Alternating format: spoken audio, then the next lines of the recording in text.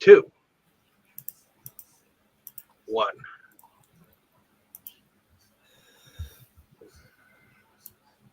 Hello, ladies and gentlemen, and welcome back to another exciting film journey here on Inside Movies Galore. I am one of your hosts, but today we are going to be starting a new month. What did we exactly call this month in theory?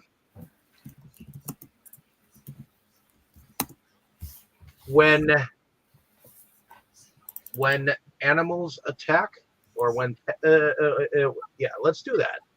So this is when animals attack, or whatever you want to call it. Animals with nature, man versus nature, you know.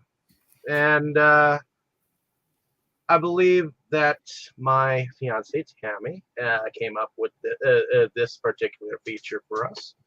So why don't you tell us, why did you bring this movie to the table, and what the name of it is? The movie is called Man's Best Friend, and I brought it because, I picked the theme for this month, and it was one that was on my mind. That's why kind of what started the theme is, for some reason, I had this movie on my mind, and it's like, well, why don't we just do movies like this month, you know? So, about animals in the kind of like a horror drama type of situation, you know. So Okay. Well, the film is directed by John Lafia, uh, also written by him, and it stars Ali Sheedy, Lance Henriksen, Robert Costanzo, among others. And let's see what IMDb says about the film before we move forward with first impressions. So, a genetically engineered dog escapes from the science facility where it was created. A family takes it in unaware of its deadly instincts, which soon emerge. The scientist who created the dog tries to find it before it's too late. So, first impressions. Well, let's start with you, Jacob. Was this a first time watch for you? Yes, it was. And interesting. I'm looking here at John Lafia's film biography. Apparently, he wrote the original Child's Play, but directed Child's Play 2. But he wrote and directed this one. But yeah, I can't swear to it.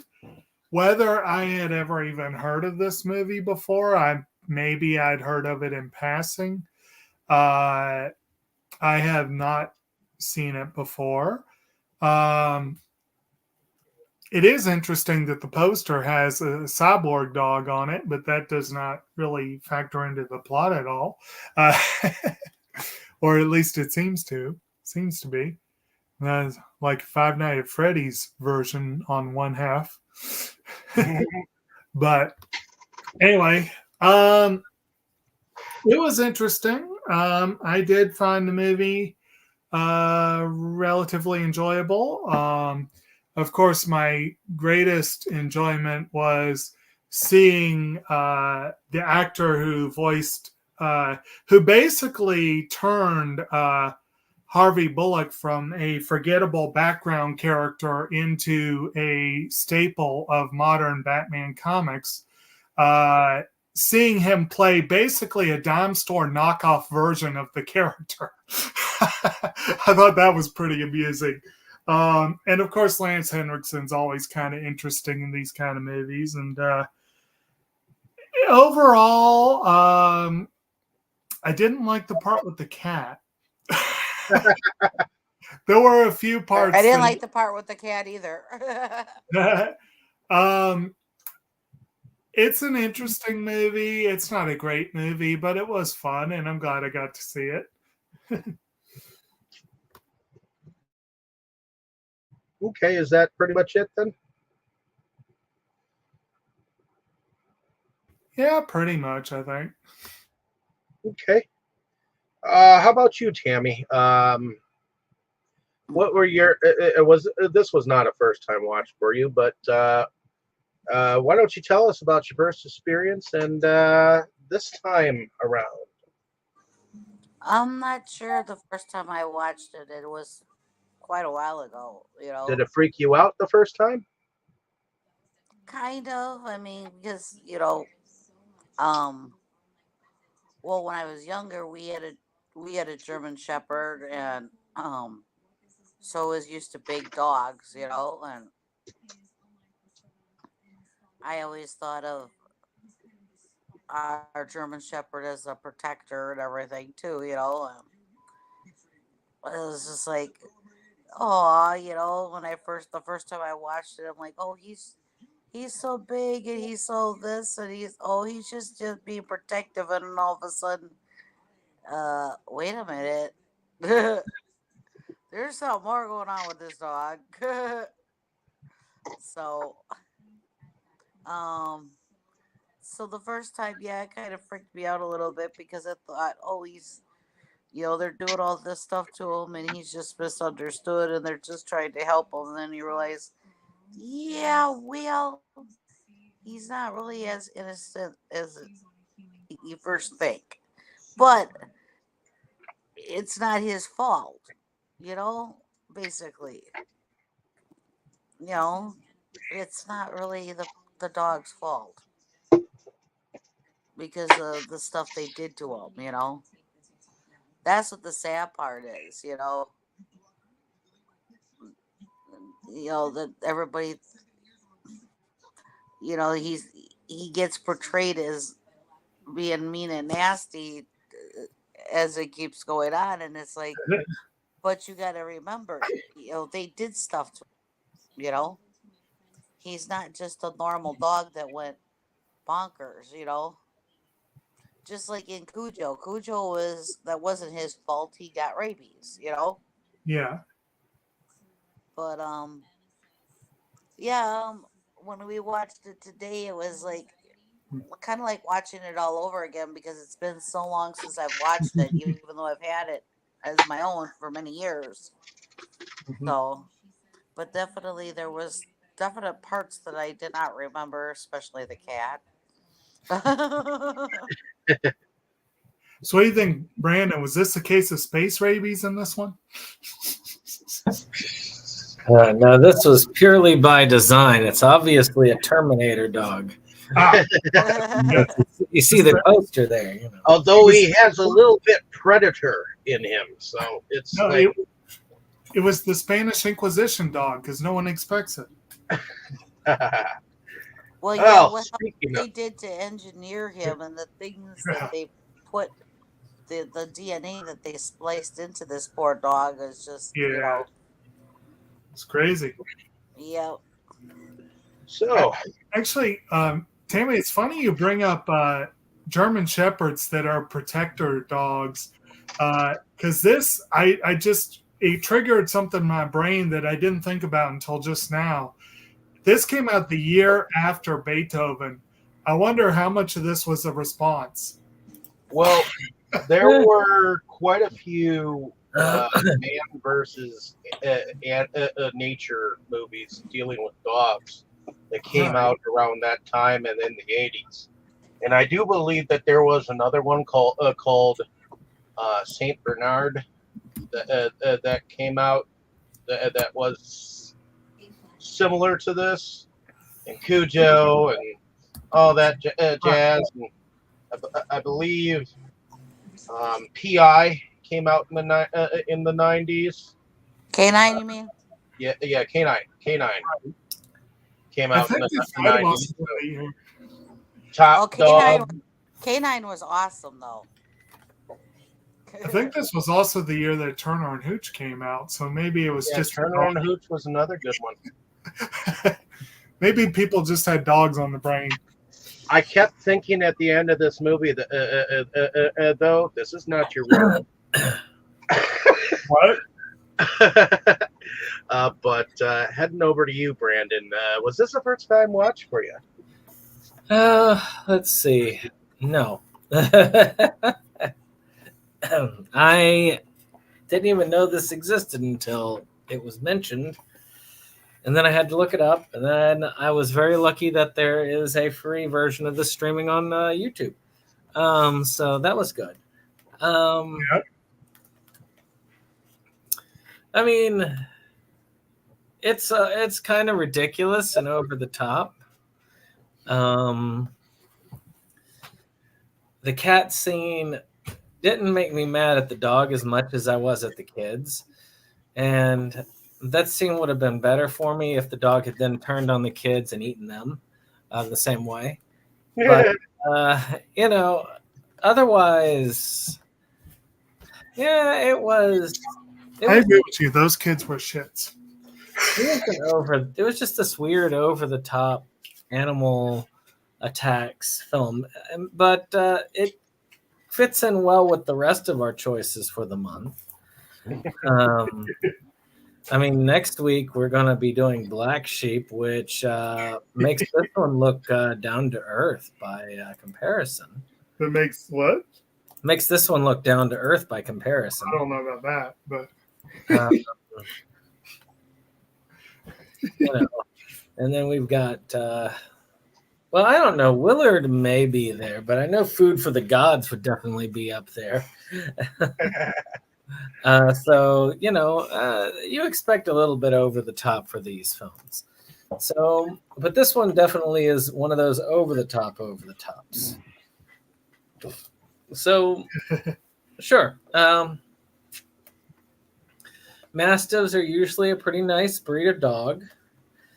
I know it's definitely by design that they have the dog with Rottweiler colors, because Rottweilers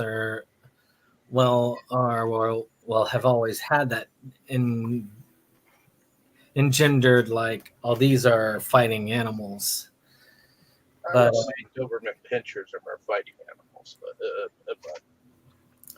Rottweilers are always like in the middle.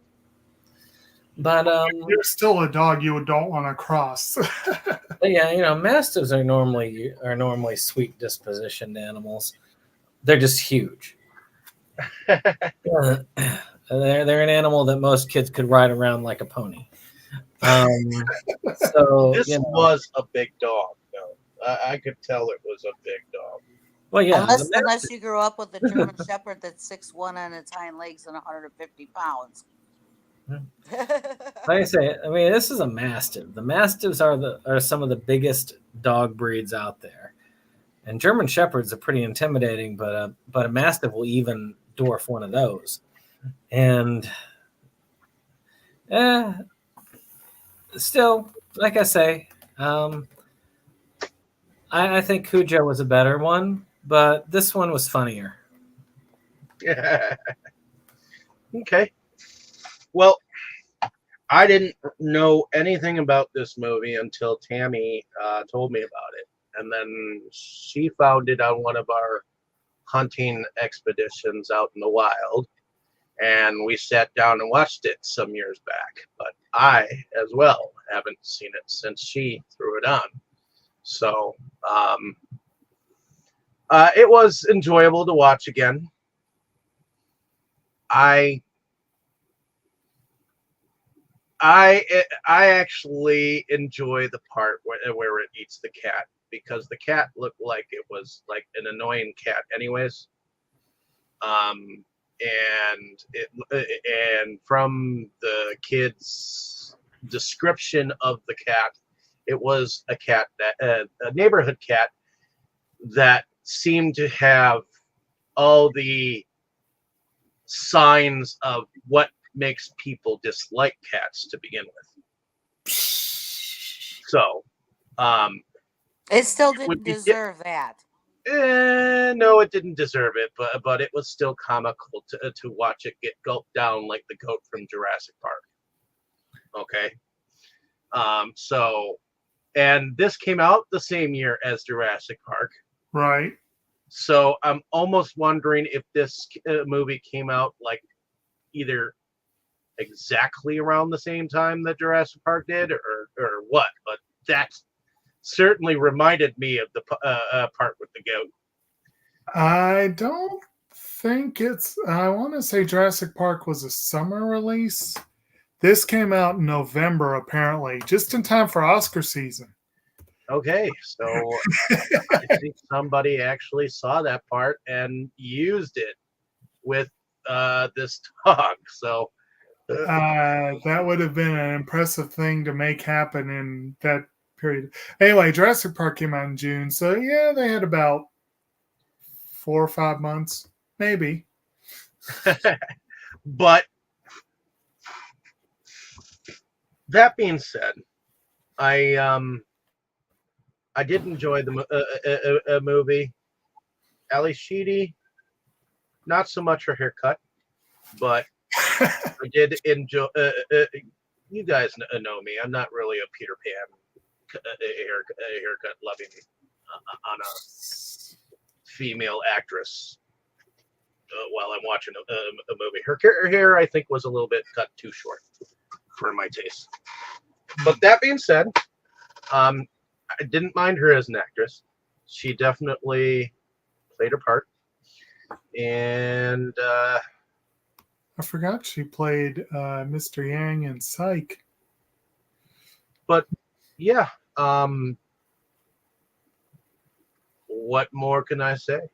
All right, let's get Dustin on here. See what his thoughts were on this movie.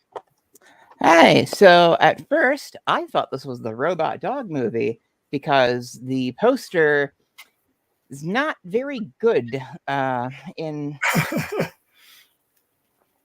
avoiding the confusion, let's just say, with that movie, which he looks kind of like half Terminator on this poster. Yeah. And yet he was half Predator. Well, he was all Predator. Let's be real. I mean, this thing was basically like a lion that looked like a dog. Or, well, actually, it was more of like an Indominus Rex that looks like a dog. I don't know if they ever actually had him do it, but when they were listing all the things that the dog could do, it's like it can camouflage. It's they did. There's the scene where the dog catchers went into the garage and you see him change. Yeah, at the end they use that. Yeah. Oh shit! I missed that part of that. Because it's the two idiot like Heckle and Jekyll characters that were dog catchers went into the garage, and the garage door closed on them, and they turned around, and the dog was like nowhere to be seen, and then all of a sudden it unfazed, like right in front of them. It scared the fuck out of them. So yeah, it didn't eat them, did it? No, it didn't. Got away. Yeah, they did get away. That, although the dog did run after them. Yeah, like it scared them, but it like tore everybody else like limb from limb. I was disappointed by that. Because they were anyway, the most like idiotic, like kill bait characters. So this was a first time watch for you. Oh yeah. I had heard people mention this movie here and there over the years. And usually it was not like in a positive context. It was like, oh, it could suck like your best friend. It's like, what does that mean? But honestly, this movie was fine. I think it was. I'm trying to figure. There was a phrase I kept saying while watching it, and I'm trying to remember exactly what it was. I think I just kept saying stuff like, really, man? Because there were a lot of moments where the movie would go actually really, really far with something. Like, kind of too far with stuff. Yeah. Where it would just be, it would be all fucked, like the dog, like, sexual assault scene. Like, the Puppy Love song playing. Like, come on, guys. Oh, where his eyes just kind of, like, glazed over and got bigger during the doorway. Like, he Like almost like they were giving the dog a boner. Well, no, I think he's talking about where the dog straight up rapes the other dog. Yes. We What did else like would the I be yelp talking at the about, end. Dave? Oh, that one. Yeah, that's and then I liked That was really fucked up. that That's what it was. especially Fucked up. using Puppy Love as the soundtrack for that was like it was inspired and hideous at the same time. And like all the like dog trope stuff that they kept doing too. It's like, oh, he's gonna scare the mailman. It's like, oh, okay, he's just gonna chew the mailman's head off. All right. Yeah. There was a lot of really nasty stuff in here. It wasn't like overwhelming or anything, but it was very surprising a lot of times. It was like, damn, we did that? Like we went there? That was Yeah, it happened. consistent thing with this movie. Well, it happened, and it was a thing for a time. You know, Oh, animal rights enjoy it because I believe it was New Line Cinema to put this out, so that's not surprising since I believe weren't they behind Nightmare on Elm Street? yeah, New Line's been behind a lot of like pretty great stuff. Like this movie kind of seems like a reaction to all of the dog movies that were kind of out at the time. Oh, yeah. Well, This was like I what, would say 93? that this movie came out around the time of Jurassic Park because with that cat scene. I mean, Yeah, that was messed up too. There were a lot of this was a good movie that I enjoyed, but there were a lot of scenes I did not approve of. Like it wasn't in a oh yeah, this is happening. It was kind of a ew, sort of thing. Did anybody else kind of get like a mild itch from a lot of the stuff in this? Well, I get what you mean. Like when you first see the lab and the reporter is showing certain scenes of the animals, I didn't like some of those. Yeah. I'm talking about more of like the killings and stuff, because most of the animals in the lab, like, I mean, studying biology and just being on a campus and seeing like animal rights activism and stuff, I have seen so much worse. Like I felt absolutely nothing for any of like the lab animal scenes. why is it that in every horror movie it seems that animal rights activists seem to be portrayed as the instigators of destruction and death? I mean, think about it. You've got this one. You've got 28 Days Later. You've got there were quite a few where they're like, "Yep, let's just free these animals that we don't know what the heck they're doing with them." Oh, one of the animals had this killer plague in it. Oops. Well, Even Jay and Silent Bob got in on the action. Well, thinking things through is not exactly their forte. Hey, he was the clip commander. well, a lot of them are kind of short-sighted and annoying. Let's put it that way. Because I've talked to a lot of people on campuses doing like booths for stuff like that, where they do sneak into the factories and like take videos. And on the one hand, it's like good, you got video of them like violating animal welfare laws, like turn that stuff in. But at the same time, it's not going to like shock me that it's happening, Alrighty. So, Tammy, did you want to bring us into the plot line then? So, at the beginning, you see the lab, and you see,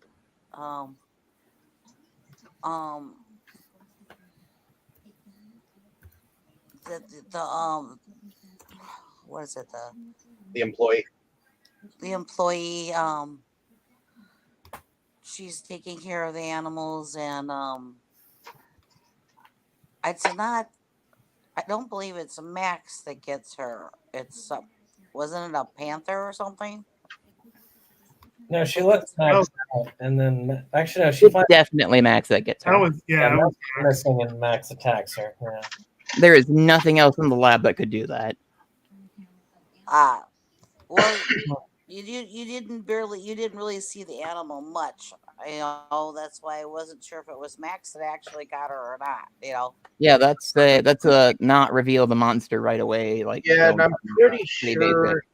I'm pretty sure the doctor that was in charge of Max also gave him the command to do so. Because he acts like nonchalant about that employee not being there like that morning or whatnot, and of course she was, but she as an employee was about to whistleblow the company, so I think that was his way of shutting her up. She seemed pretty aloof to everything going on during her time. She listened to music, kind of doing that, and she's like, "Oh, this cage is empty. I wonder what that's about." yeah. Oh, I'm being killed. Yeah, It no seemed to danger happen here. pretty quick. Like, I felt bad for her, but at the same time, it was just Yeah. kind of. No, he covered it definitely because you don't want you don't want death of an employee being in there when you're trying to create something that's very unethical in your lab. Right.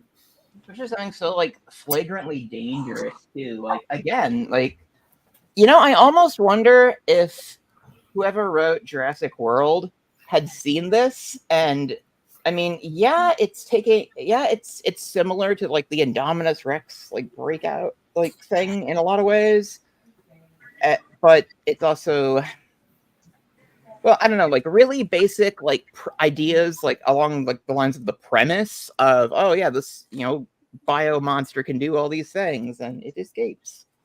Like they do a different thing here, but I can't help but wonder if somebody saw this like years ago and then when they were writing Jurassic World were like, oh, I've got some cool ideas. Like, it felt very similar. I don't know if that makes any sense. I just kind of blow off there. Yeah, it kind of does. Just like I thought that him eating the cat was the same as seeing the goat being eaten by the Tyrannosaurus Rex in the first Jurassic Park. So, was Jurassic Park out like while this was being filmed? Like, would they have been able to know? June of 1993, and this was out in November. Okay, so yeah, they could have definitely done that then. All right. Because usually when movies like released during the same year, like I can't help but wonder if like they actually like interacted. Because I mean, a good example I'll use is Gravity Falls and Five Nights at Freddy's. Like they had a episode which is basically Five Nights at Freddy's, and the way things came out, like when people see that nowadays, they're like, "Oh, they got the idea from Five Nights at Freddy's." Turned out the game and the show were being like produced at the exact same time. So they both came up with the same like animatronic monsters idea at the same time. Right. Well, it's an idea that's been in the horror mindset long before Five Nights at Freddy's or that came out. People always thought those things were creepy. So it's like the idea was out there. It's just a matter of it's weird how things tend to come out at the same time. Right. It's like you'll see two movies that come out at the same time that are almost identical in topic matter, yet at the same time, it's hard to say that they were actually ripping each other off because they weren't necessarily. They're both in the planning phases at the exact same time. And Asylum is a total. Asylum Pictures is a totally different animal. So Asylum Pictures is all about. There's a really interesting story that I won't get into, but it's worth like checking out about like A Bug's Life and ants. Yeah. Well, that was an actual like kind of calculated like rivalry kind of thing. Right. Although even so, in that case, if they're really, really, really close, then that's probably more a function of pure luck and happenstance, considering how long it takes to produce an animated feature. Like there's no way really to oh, they did this. We got to do this now. Once it's out. You Rush know? to the asylum. Well, to summarize, the way it was explained to me, it was basically like, "Hey, can we see what you're working on?" Okay, cool. You're working on Bug's Life, and then they went and made ants. Right. It's like they went home, they went back like to their studio and started making ants. Right. There was a film, The Illusionist, and then there was another one. What was the other one? The Prestige. The Prestige. It came out like within months of each other. Well, and we also had I should also add, Now I You made See Me and The Great Buck Howard come out at the same time. So magic definitely comes in pairs. It is just amazing how this happened. Yeah. And like I said, the Five Nights at Freddy's concept, it was going to be only a matter of time eventually. That once that generation that grew up with those Showbiz Pizza, Chuck E. Cheese's animatronic monsters finally got to adulthood, it's only a matter of time before one of them would start creating stuff. Right. So, which brings us back to the intro, the laboratory scene. Like, I guess there is a little bit more Jurassic Park in this too, because it's kind of a disgruntled employee going to, whistleblow on like what's happening. It's not the same as like Nedry stealing embryos, but Yeah, because that was purely money. Like he was just a greedy little bastard. Well, not so little bastard, but well, if you read the book, like he actually does have a motivation why. Like they basically underrepresented how much work he would have to do, and his bid was too Right. low. Like he's actually paying like 9 people on the mainland to help him with this. Like, he has Yeah. a whole team, and like he started having to pay their salaries like himself. So that's why. And in they the book, Hammond do is have a really, little really bit stingy, so. we do have a little bit of his back and forth with Hammond of why he kind of tells Hammond straight up why he might betray him, because Hammond's a bad boss. Oh yeah, Yeah. Hammond most definitely is a bad boss. Yep. And this girl Unfortunately. here too, like when she's talking to our reporter who will become our main character, like Yeah. she's mentioning, do you still have the $500? Because she is doing this for money too. 500 is not a whole lot though. That's Well, in '93, that was what, like yeah. $1,200 probably, Yeah. if not like $1,500 like today. Let's see. 93 gas prices were still through the freaking roof. Yeah. They dropped dramatically towards the end of the 90s. I remember the Jurassic Park Jeep was $25, and my parents made a really big deal about how much money that was. So let's try to calculate this out. Oh yeah. Well, inflation has been a thing since the beginning of time. It's when it happens really fast that's the problem. Mhm. I was grocery shopping today. I went to a store that I haven't been to for a few years. A can of like mixed nuts that was like $11 in 2019 was $26.99 today. Same brand. Yeah, things have definitely changed over time.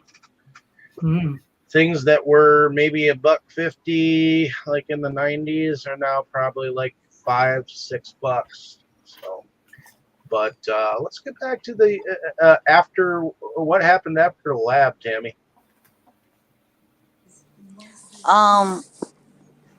The next is the reporter and I guess her assistant. They do show up to try and beat this lady Judy, and she doesn't show up. So they sneak into the lab or the Should have stuck with facility. Yes, you do. Yeah, they evidently some dumpster guys were dumping some crap on the outside of the building. They were So collecting. they were disposing of the test animals, because like her camera woman is with her, and so they start like poking around. Like they get some shots of the dead animals in the dumpster, and then they get into the lab proper and start filming. Mm-hmm. And I don't know. I think Yeah. that's a sad part, seeing when they were filming in the lab and they were showing things that had been done to the animals, you know. And I thought that was the sad part, you know. Hmm. So, and then as they continue through the lab, they end up in a different part, and that's when they see the exotics, and that's when they Max, and the Hmm. reporter takes the things off of Max and the gadgets off of them, and they were filming, and that's when they get caught by the security guard, and everybody runs out, including Max. Everybody runs. And And Uh, Max, if I'm remembering correctly, let's see here, because this will help us understand Max a little. I believe in that scene we see a tiger first of all, if I remember correctly, and yeah, then we see like a bear, and we see I think a leopard, and then I know later when the doctor's describing it to the police, he mentions a chameleon and a cheetah, basically. There's Uh, a rattlesnake in there too. rattlesnake in there too. I don't know that we ever see Max use venom. Oh, he has the acid. Oh, we did. Yeah, that's right. yeah. So, When he pees, he's got that acid. so that's a little bit of a stretch. Might have worked better if they wanted him to have venomous urine. Maybe breed him with a wasp or something, or I don't know. I don't know if So they're, that his tail can become a stinger? I'm not sure if they're aware of snake anatomy there. You know, I thought that would make him have like a venomous bite, like because he's got Right. big. They're called canines for a reason, you know. Like those, Right. those are pretty big on this like giant monster dog. Right. You think it- that means he's going to be venomous, but And apparently also, not. it might have looked cooler. Like, for example, and I mean, Dustin, you probably read this stat too, but the only rattlesnake that we have here in Virginia is the timber rattlesnake. And if I'm remembering correctly, I think their fangs are about 2.5 inches long. And I think they're considered to be the longest relative to their body size of pretty much any North American snake. Like, they are long fangs. So if they were doing a rattlesnake, it would make sense to give him these enormous canines. And it would probably look cooler, I guess, for a horror movie or whatever. Might make it a little less, might make him a little less cuddly in the other scenes, but Yeah, that was another thing that was really wild. Because I mean, after this, when she's like all like sweet with the dog, it's yeah, supposed to be like, oh, look at the cute dog, and it's like we've seen it like dismember somebody already. right. Like, what? Oh man, and that ending especially is like really bad with that. It's like feel bad for the cute dog. It's like no, it killed people. We saw it kill people. Like, Well, some of them had it coming. Not all of them, but yeah, not all of them. Well, the reporter doesn't realize at this point what has happened. She thinks she's Yeah. looking at it that she sees what they've done to them, you know. And so when they go running out of there and Max follows, they One think thing- that they're rescuing him. You know, one thing I do wonder, Max has pretty impressive problem-solving skills. Did they use a human and/or monkey as well? Because I They don't. did use. They did. There were monkeys in there. Right. They were in the Oh, lab yeah, and they were shown on the screen. And I mean, Okay. if you want to headcanon it, I would bet he probably, Okay. you know, like they emphasized that the doctor's this experiment needed to work, or else the doctor was like ruined forever. Right. well, when the I bet doctor was he would have done explaining that. things to the cops, they said that he understood like 300 you know, Commands. things of speech, and they said that the doctor said that he could survive on his own without any human help. You know. I had to laugh at that. Because there's a really great book that was recently a bestseller and is still a lot of people looking at, Elizabeth Garmus's Lessons in Chemistry. The main character is a chemist who teaches her dog new vocabulary all the time. And in the course of the book, they talk about the dog's vocabulary. And when he said 350, I laughed because I'm like, I know that dog had a much more than 350, even halfway through the book. So I just thought that was kind of funny that they're, I guess they used the cheat code to get to 350. But Well, I mean, we really see that pay off. We really see that paid off a few times. right. Like with the guy, it's like, hey, you want to hand me the brake line? And the dog Right. looks around and correctly identifies the brake line. Oh yeah. I love that. Everybody else is like, hey, wait a minute. And then later, when his brakes don't work, he's like, the dog did it. And he's actually right, but It tried to kill me. It's like, it was smart enough to plan this out. You know, it's actually kind of funny because when I first saw the dog being angry about the husband being there, my first reaction was to make a snarky comment like, I'm just going to have to make it look like an accident since she likes him. And I'm like, oh, you really did do that. and when that didn't work, he went for a more direct approach. Now, Yeah. in fairness, the boyfriend did try to poison the dog. Yeah, as we are getting a bit ahead of ourselves here because right now we're at the taking the dog home part. Like they go to it's like the grocery store, I think, right? And that's when they get mugged and you first get to see Max like in action when you know it's Max. Right. Well, even there, you don't really see him in action. You just see him run after the mugger, and then he comes trotting back with her purse. And later, we revisit the scene with the cop.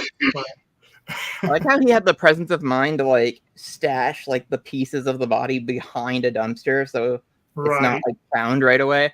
And how he doesn't have any blood on him at all somehow when he comes back. Mm-hmm. Because I mean, I was expecting to hear like screaming and stuff because it's like that thing tore the guy to shreds. Yeah. Yeah, maybe. What's her name? What's our main character's name? I've forgotten already. Yeah, but no blood on the purse. That was pretty. Lori, Lori, yes, something like that. Yeah, Lori Tanner. I was gonna say maybe Lori had like some wet wipes in her purse, and so the dog used them, and I don't know. It was pretty intelligent. Yeah. So maybe it would know to do that. Doesn't really have thumbs though, so I guess that's a point against the theory. But yeah, so she brings the dog home, and obviously, they're getting to do a little bonding, and then she evidently goes into the bathroom, and that's when we realize, okay, Lori's got a boyfriend, and he comes home because for all intents and purposes, we didn't know like she was with anyone until that. No, we did. We did. Her camera person said, what do your boyfriend will think of this? And she's like, oh, he won't even notice. And I'm like, I wonder what she thinks of him, what level of faith and trust she has in him to think he won't notice a dog that's bigger than him. Right? Like a miniature horse, yeah. Well, I mean, the more time we spend... Go ahead. I mean, seriously, I would notice Diego because he's a 15-pound cat, my cat, if all of a sudden I didn't know he was here, I'd be like, oh, okay, yeah, so how could you not notice a dog that big? Well, it's kind of weird because I mean the way she talks about him in the early scenes before we actually like meet him, makes him sound like a completely different character than, who he is when we see him, because he is actually pretty involved and does care a lot, and it bothers him that she seems to do a lot of stuff just without telling him first. Because he gripes about that quite a few times. It's like, I don't know about this dog, and she's like, oh, there's nothing wrong with it. And it's like, no, there seems to be something's weird. Well, yeah, because I guess he didn't like the parrot that she brought home, and because the parrot swears. Yeah, that little kid's been teaching the parrot all kinds of. It's like, what is it? Every time he walks in the door, he teaches the parrot a new swear word or something. Yeah. Heart face or something like that. What was the first one? Yeah. That would be. So, anyways, yes, the other half comes home, and she's in the shower, and he thinks he's gonna be all slick and come in the bathroom until he realizes she's not the only one in the bathroom.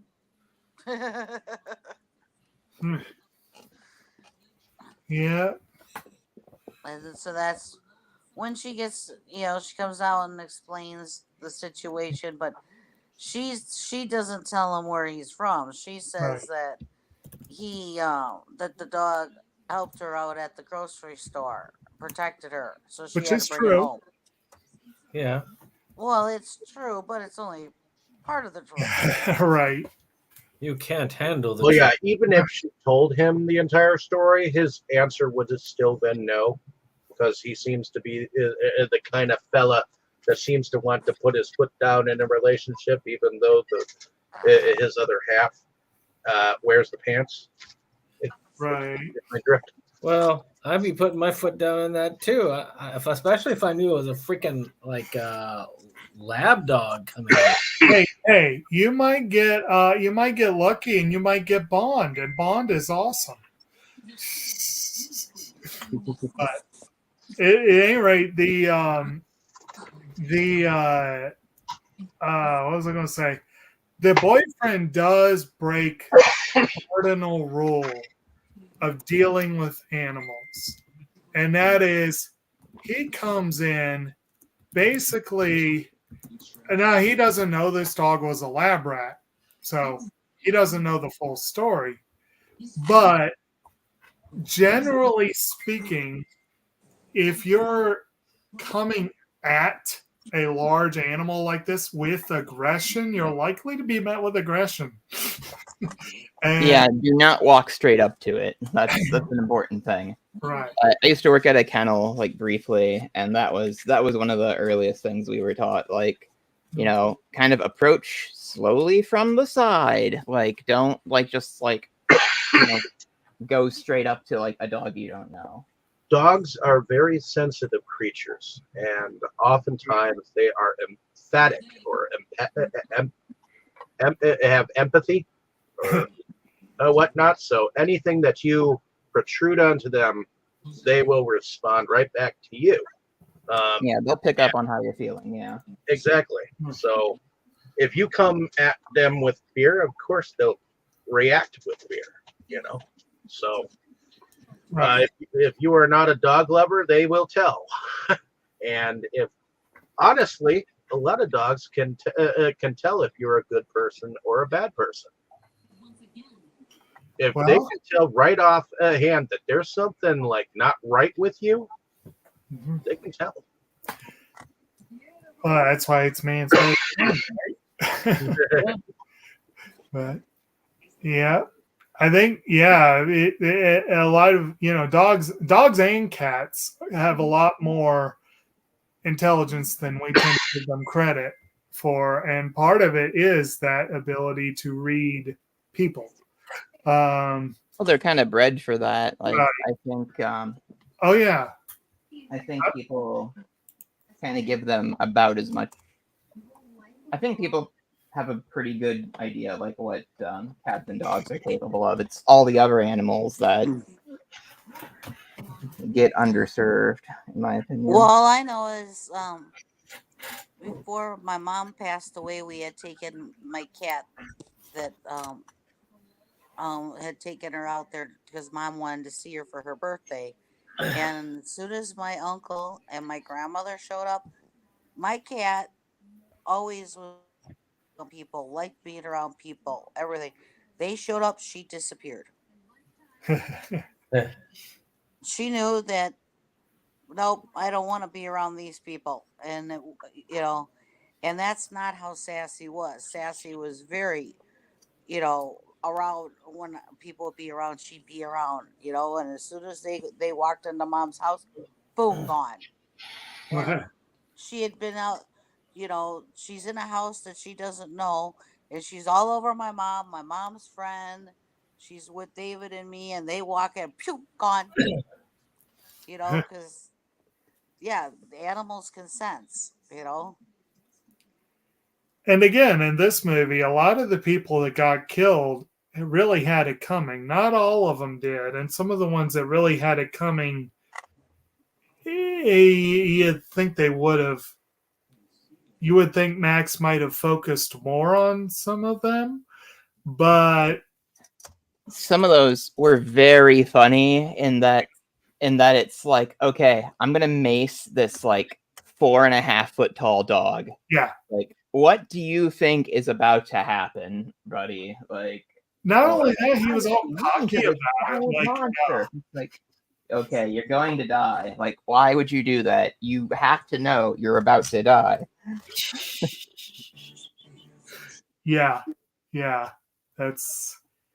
I mean, at least the dude that had the blowtorch had a weapon that might do some damage. He did a little bit of damage. It put a scratch on him. It's only a scratch. Yeah. He And seemed why to not? nail Although one of his if you react like, why are you going to do that? You're going to die. Then at least, to me, that makes it entertaining, because then at least it makes you react. Right. Well, Well, it's just the thing of, I'm going to bully this dangerous organism. And Right. okay. Enjoy.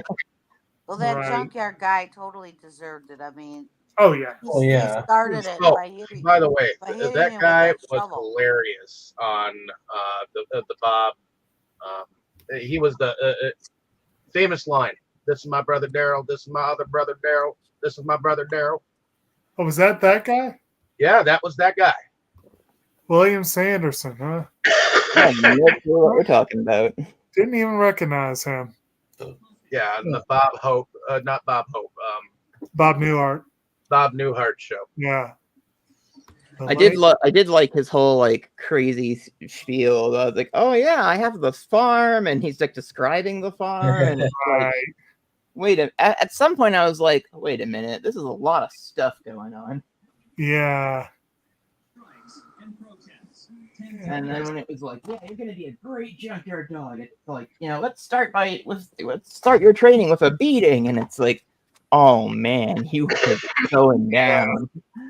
And he's also an alum. Oh, we haven't gotten to the main Batman alum, but this guy also played Carl Rossum in Batman animated series. He had a lot of good credits. You're right. Newhart was one of them.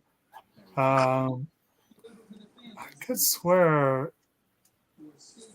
I don't know. Anyway. Anyway, so she takes the dog home, and aside from these moments where Max just does not want to be left alone, and he like crashes into the room a bunch of times, it seems to be going okay. And is that when we get our scientist Lance Henriksen's like big introduction? He's got a very sinister look to him. Yeah. Lance usually does. He did have a sort of an introduction because he was one that chased them out of the building. But yeah, he goes into the cops to try to find his. He wants his dog back. He goes ape shit in the police apartment thing, and everybody looks at him when they suggest that they'll just go and fingerprint the dog.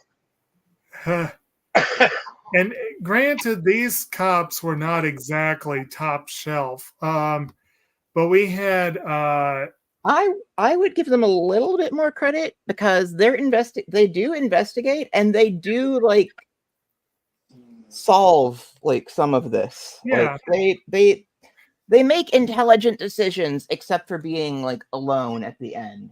mostly intelligent decisions. Yeah, I mean, again, they're not terrible cops, but like, They're I above call, average cops for movies like this. I call Detective Kovacs the dime store knockoff Harvey Bullock. I do think that is appropriate, but I love that they have the voice of Harvey Bullock playing Detective Kovacs. I just love that because he's basically playing about the same character, just a different spin on him. You know, we had He more John. or less is just Bullock, but like that? he more or less is just Bullock, but like Right. less gruff. Well, that's why I say a different spin on him. Like this guy's a little nicer. He's just as flip basically, but a little It's more subdued, like down to earth kind of. right.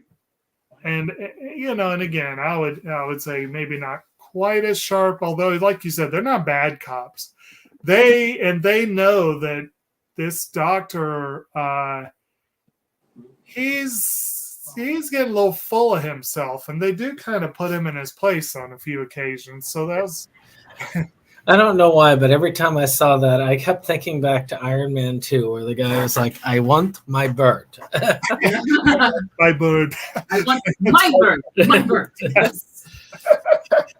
Yes. I want my dog. I want my Max. But yeah, he and then of course they do, and yes, to Dustin's point, they do put two and two together that the missing persons report may be more than just someone who didn't show up to work. Like, they do a good job with that. That is kind of a nice callback that you don't always see in horror movies like this, where like the first victim, it's like it happens so fast that there's hardly any time to report it or anything. But in this case, it's like, oh, missing persons report right away. She didn't come home last night, and it's our first victim. And the police actually follow it up and have a logical, reasonable, like conclusion about it. It's like, okay, so, and they go into the scientist's backstory, and it's like, okay, so he can't afford to have anything happen to this, so he keeps saying it's some sort of super predator. So I'm guessing we get a warrant, we go search the place. I bet the dog killed her, and I bet we find her body. It's like, if we search the place, it's like, yeah, and it's like, yeah, that's pretty sound. Wasn't it didn't he get busted for experimenting on endangered species? Wasn't that the thing? And like he lost all his funding when they're like reading like his dossier or whatever. Right. Yeah, there was something like that, and then they put him away for going like mad for a year. Yeah. Right. Oh yeah, they said he had like a breakdown or something. Yeah. I think that's a little bit after where we are in the film, though, because for a little while they get kind of like spoofs and goofs in the neighborhood. With like, we introduce these random like little kids like doing stuff. Yeah, we get the dog barks at the paper boy. We get the dog barks at the mailman. Yeah, that whole thing was just like, okay, you're a future victim. You're a future victim. That was mostly right. Well, yeah, like probably the paper boy throws the paper and hits him on the head. I'm like, that kid's dead. Are they really going to do that? I was hoping that they'd go there because I mean, shoot, they went there with the cat. They went there with all the other stuff. They almost. Yeah, the cat was fucked up. Like that bugged me. Actually, it's interesting though. If I'm remembering, maybe I missed something, but I think Lori called Max home for like food, lunch, something. I think that was why the kid was spared. Yeah, his bike just got destroyed. That was it. And then like the other kid came in right then, and she's like, "Do you want to take him for a walk?" And it was like, didn't Max get his food? I feel bad for him. So maybe that's why he ate the cat. He was hungry.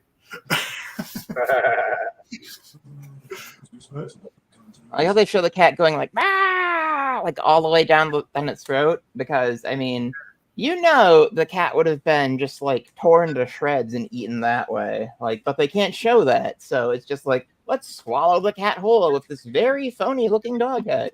Well, yeah, apparently it was like they had like a hand puppet for the dog, and like there was someone in the back pulling the cat in or something like that. And it was like, well, I read on IMDb that there are a lot of blurbs on IMDb about how they did it this way. They did it this way. Apparently, they wanted to cover their asses so that people couldn't accuse them of animal cruelty. It was ultimately an anti-animal cruelty movie too. So right. They really. Well, apparently, they trained the shit out of the dog and the cat to make those scenes work. And it was like, and I give them props for making the scene work. It just, yeah, kind of wish they didn't go there. Although it was kind of funny seeing the old lady. What was that? I'm glad that they did it did, because I hate when people don't go there. Well, like I said, I did kind of like where the old lady later was calling for her cat, and your cat's never coming home.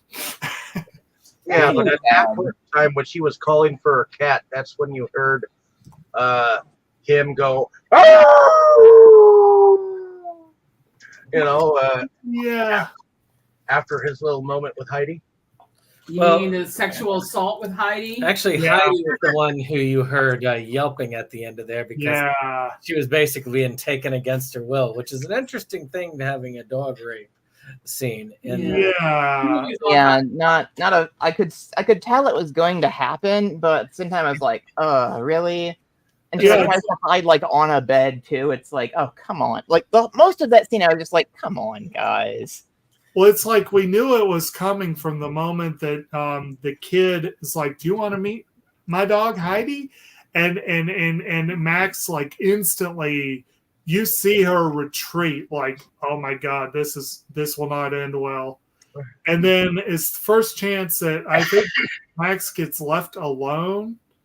And he straight goes right to the house and like waits till the kid and his dad are gone and then goes in. And I'm like, and they're playing puppy love the whole time. I'm like, and at that point in time, the dad was like, "Did you lock the front door?" And I'm thinking to myself, "Nope, he did not." No, he didn't. But would it really matter? In fact, did Max go in through an open window? Yes. Yeah. Yeah. So it was like. But yeah, that was one where it was like, oh, they're going to go. They're going to go. Yep, they went there. And eating the cat too was the first moment we really saw some of like Max's like animal powers, because like the extendo claws came out. Yeah. Like that was kind of a moment. They said he could climb trees like a leopard, basically. Yeah. Yeah, that kind of got me a little bit too, because I mean, it looked sometimes in nature. Like animal abilities look kind of phony, even when they're real, and it had kind of that weird line of realism and like special effects that just kind of, I don't know, that sort of did something to me. Like it looked believable to me. Sometimes you'll see weird stuff you can't explain. Like today, I had an encounter with a black racer out in the wild, and the best way I can describe his behavior is the way, you know how cats arch their back and walk sideways while glaring at you? The snake was doing that. I don't know how better to describe it. But it's like a snake. It's like, how does that happen? I'm like, it was great. It was awesome. I was like, but how? That was weird too. I'm like, this is racer behavior. Well, snakes are often able to imitate movement sometimes. Even when you look at people who take flutes and that music that makes them rise out of baskets and stuff like that stuff actually happens. Snake charmers, so. It's the motion, and they can't actually hear the music. Right. Yeah, they're just following the moving object. But yeah, it was Where are we in the movie now? here and there. And neighborhood hijinks. Yeah. Well, used in the loosest sense. Yes. Yeah, I was really and truly, once you establish the dog being there, the dog's cutesy nature ends around the time of the Paperboy, where you see him first kind of attack, Right. and then it gets to that scene like where they have in Feast, where they put that little notation up there. They wouldn't really kill a kid, would they? But which they didn't. They weren't willing to go there for this one, unfortunately. Yeah, because that's one of the number one rules. You can't kill a kid on screen. Well, Yeah. I saw this like Argentinian movie. It was something the evil, like the evil is here or something. Last Friday on Joe Bob for the last drive-in marathon thing, and there is a scene in that where like a little kid and like a dog are just like sitting next to each other. It's like a Saint Bernard or something. It's a friendly looking dog, and they're just sitting there, and suddenly the dog just like fully chomps the child's face on camera, like out of nowhere. And so you see it kill a kid, like on camera for sure in that. So I think the rules may have changed. Oh yeah, over the years it has definitely changed, but back in the 90s it was super taboo. Rules are meant to be broken, as they say. Right. Also You next, know, For kids. killing a cat was not that taboo though. Was it this more like this same day in the movie? I'm trying to remember. I feel like it was this same day where we had the whole thing with the brake line, right? Or was it the? well, the thing, It's pretty quick. the cutesy moment where it's like, hand me the brake line, would you? And the dog hands him the right part. Right. That was kind of in here near the end of this section of the movie, like this Act 2 kind of part, is when he finds out, oh, the dog chewed up my brake line. Right. And keep in mind, during this whole thing, there is the one narrative that we kind of skipped with the scientist basically saying that currently the dog is on these drugs that keep the dog from going entirely off the rails, and they're about to run out. I believe he called them sedatives, right? But I guess it's probably more of like an antipsychotic. Yeah, or something. I think he did say antipsychotic. It was like maybe it's like later. it's like the dog needs like a shot of something like every few days, or else it just becomes like an out of control like killing machine. Right. Which is kind of what it's designed to be, just under control. So it's sort of funny how people doing this kind of thing in movies like never get the control part right. Which that's the trope, but still. Another comparison, of course, with Jurassic Park. You had the great line of or the great interchange where Hammond is like, our scientists have done something no one else could. And then Malcolm comes back with, well, yeah, just because they could, they didn't stop to think if they should.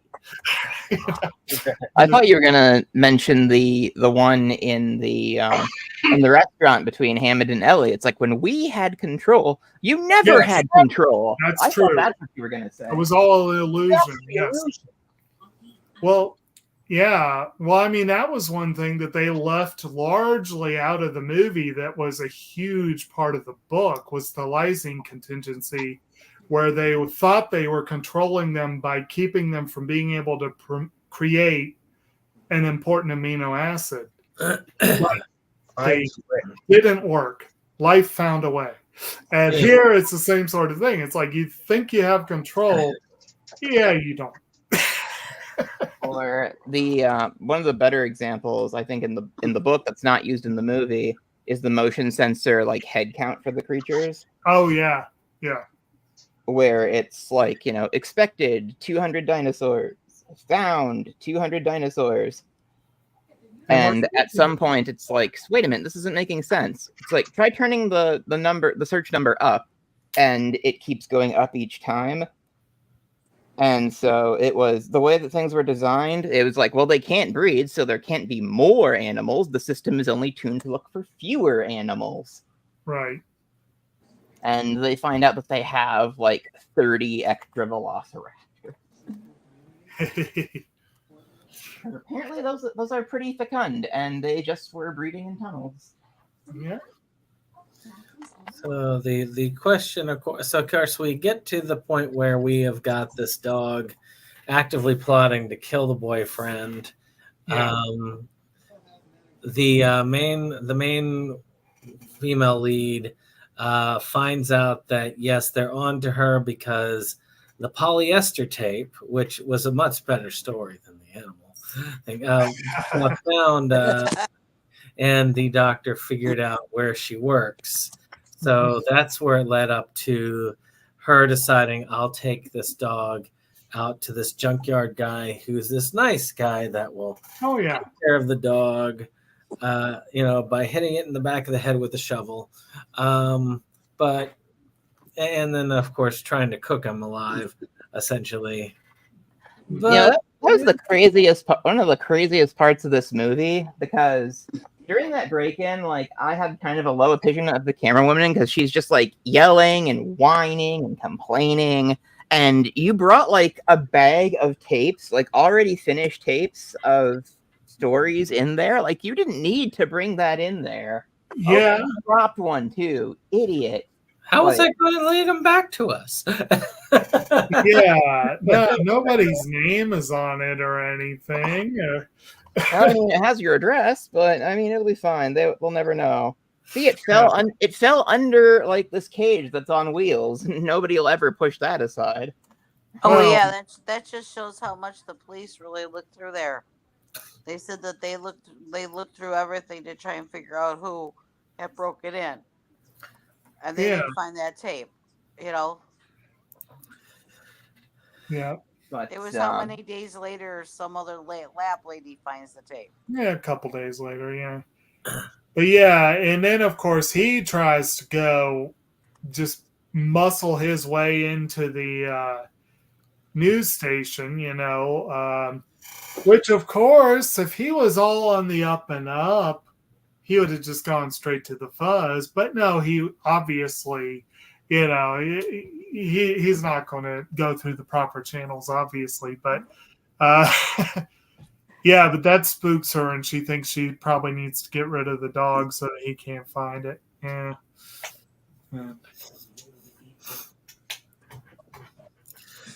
Yep. For a brief moment, when Junker Guy hits Mac with the shovel, I was like, "Oh shit! Does he know what he needs to do?" It's like, nope. It's like, nope. This ridiculous. More craziness is about to ensue. This is such a wild movie. Like, when you sit back and think about all the shit that's happened so far. Like, goddamn, man. Well, it's also here again back to that point of people thinking they have control. Like this, he's like, with a good training, you're going to be like this great junkyard dog or something. And I'm like, yeah, no, that's not going to go the way you think it will. It's like, it doesn't need any training. Just like point it at a target. If anything, that dog would train him. Yeah, it did. It was a very brief lesson, and very painful. But it showed him the error of his ways. But anyways, but we have everybody get home again, and then he had bought her this little dog because he felt bad that she got rid of Max. Yeah, the little dog is cute. Spike. Yeah, little Spike. Yeah, that was the little wishbone dog. Yeah, that's why I want to give the boyfriend character like more credit than people were kind of like mean to him before he had been introduced, and it's like, he doesn't seem that unreasonable like most of the time. Like, you can tell he does care. He's just maybe a little anxious. I think he just cares about the sex more though. He's a little overbearing. He's not as willing to. I think honestly, I think both of them are Flawed. a little. There's a little less give and take than there should be. Yeah, him getting the little dog was a pretty good peace offering to her, and to Max, I don't know that we see her do anything quite on that level in the whole movie. He does think about her in that sense, and you also get the sense that if she really legitimately wants to do something, he ain't doing shit about it. Yeah. So I don't really consider him all that bad an individual in this. Unless the she funny feels thing the is she fact that gets the the dog little doesn't dog. like it. She gets the little dog, and nobody thinks about what happened to the parrot. Oh, Well, yeah, nobody ever seemed to really think about the parrot once the feathers flew. Well, Like, did they even find the parrot? Like, Probably back not. into the Did cave? they even realize the parrot like disappeared? I'm surprised that many feathers flew. I say, the parrot ended the same way as the cat. I mean, it went. Well, I mean, the parrot talks to you all the time. I mean, the cat like can make noise, but the parrot is just kind of like, yeah. Yeah. Although, when Max killed the parrot, didn't he take out the boyfriend pretty shortly after that? So maybe they didn't really have time to find it. Yeah, Well, when he took out the parrot, he had chased the boyfriend all around the house and chased him outside because he was trying to poison him. Yeah. And when Max came back in, the parrot said something to Max, and then Max destroyed the parrot. And I did like, now I'll admit, I haven't done much shopping for rat poison and things like that.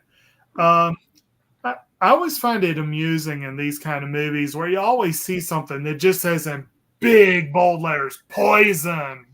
And Right. It's a big box, and it says, yeah. Right. Yeah.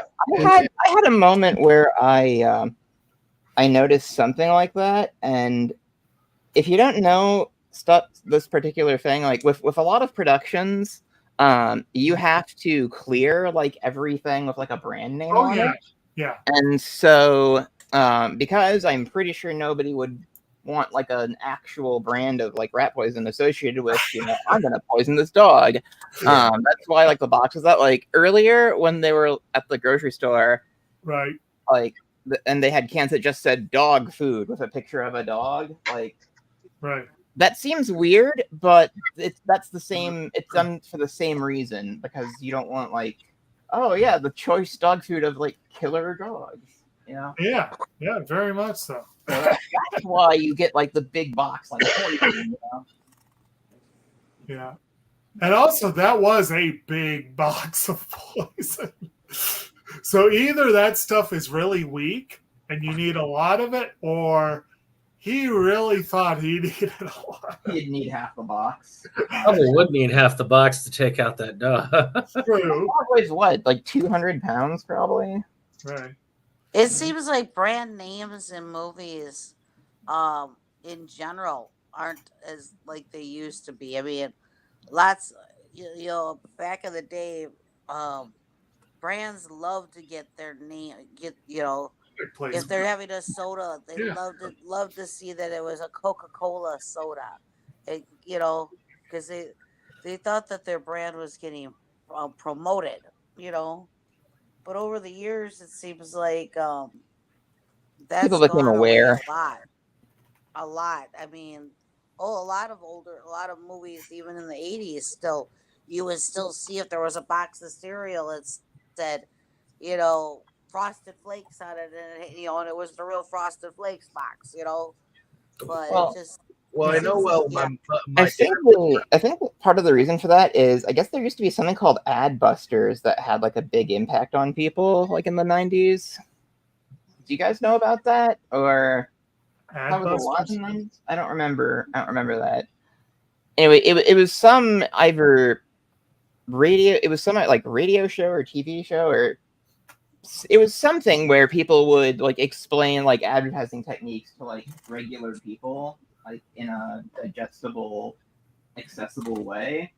And so a lot of like really obvious like advertising things kind of quit working after enough time had passed after that came out. Well, I know while my dad was working at Snap-on Tools, at least within the first couple of years, he was really excited that in Iron Man, they actually showed the brand of Snap-on Tools that Iron Man was actually using. So, and that was free advertisement. But yeah, a little company like this is probably not going to be working that too hard on it.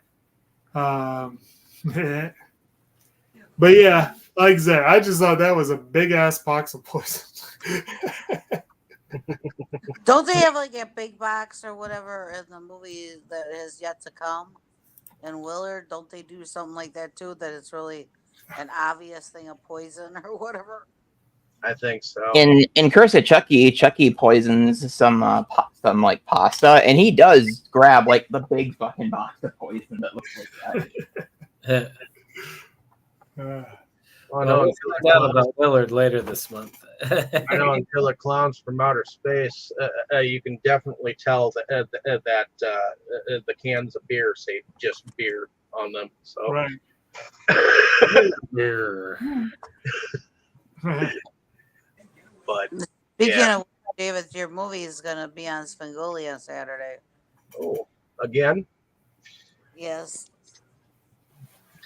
So, must be a return fave.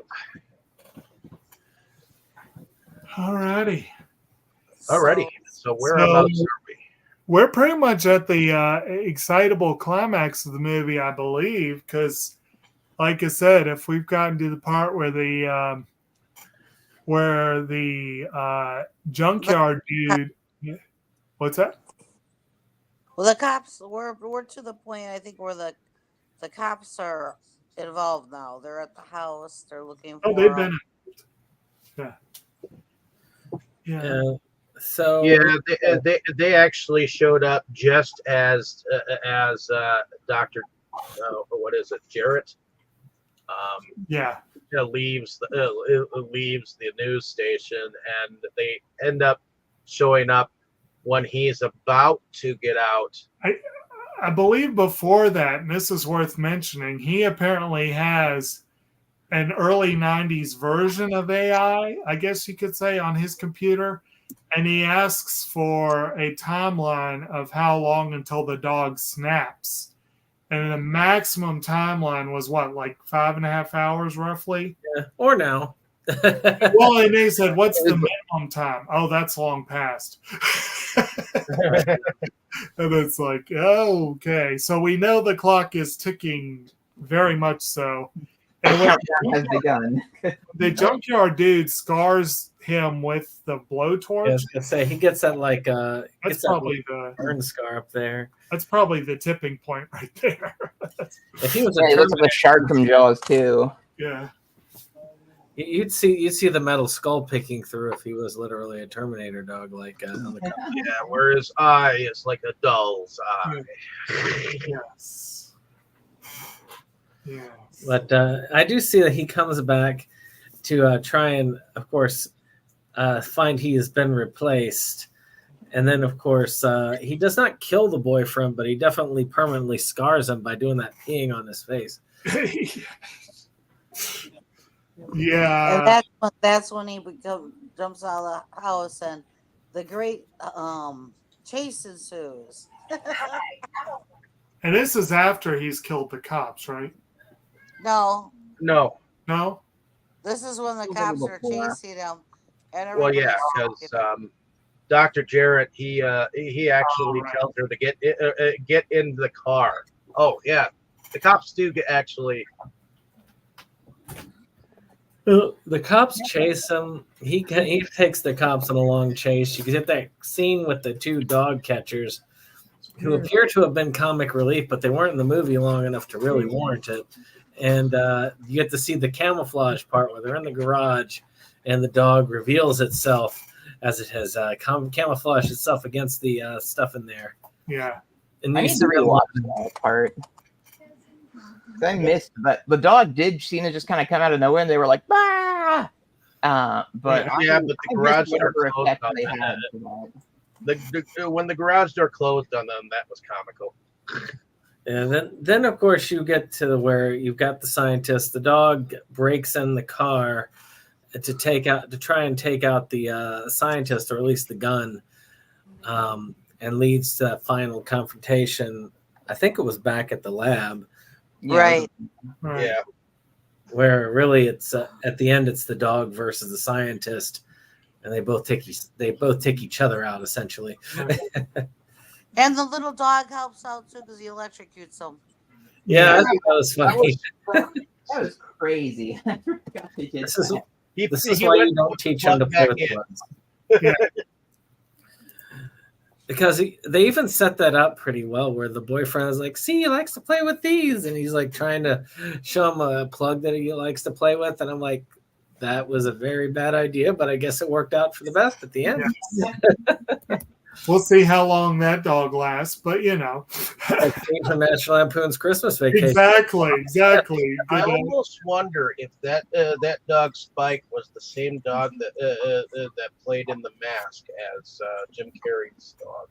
You know, that is a good question. Oh, yeah. I mean, that could be the dog a little bit older. Yeah. Well, Mask came out after this, but yeah. Exactly. The Which makes it even more possible because do we have? I did just say that. Yep. Do we have? No, I don't think there's a cast listing for that dog. Oh, that's too bad. Oh well. I don't think they have a listing for Max either.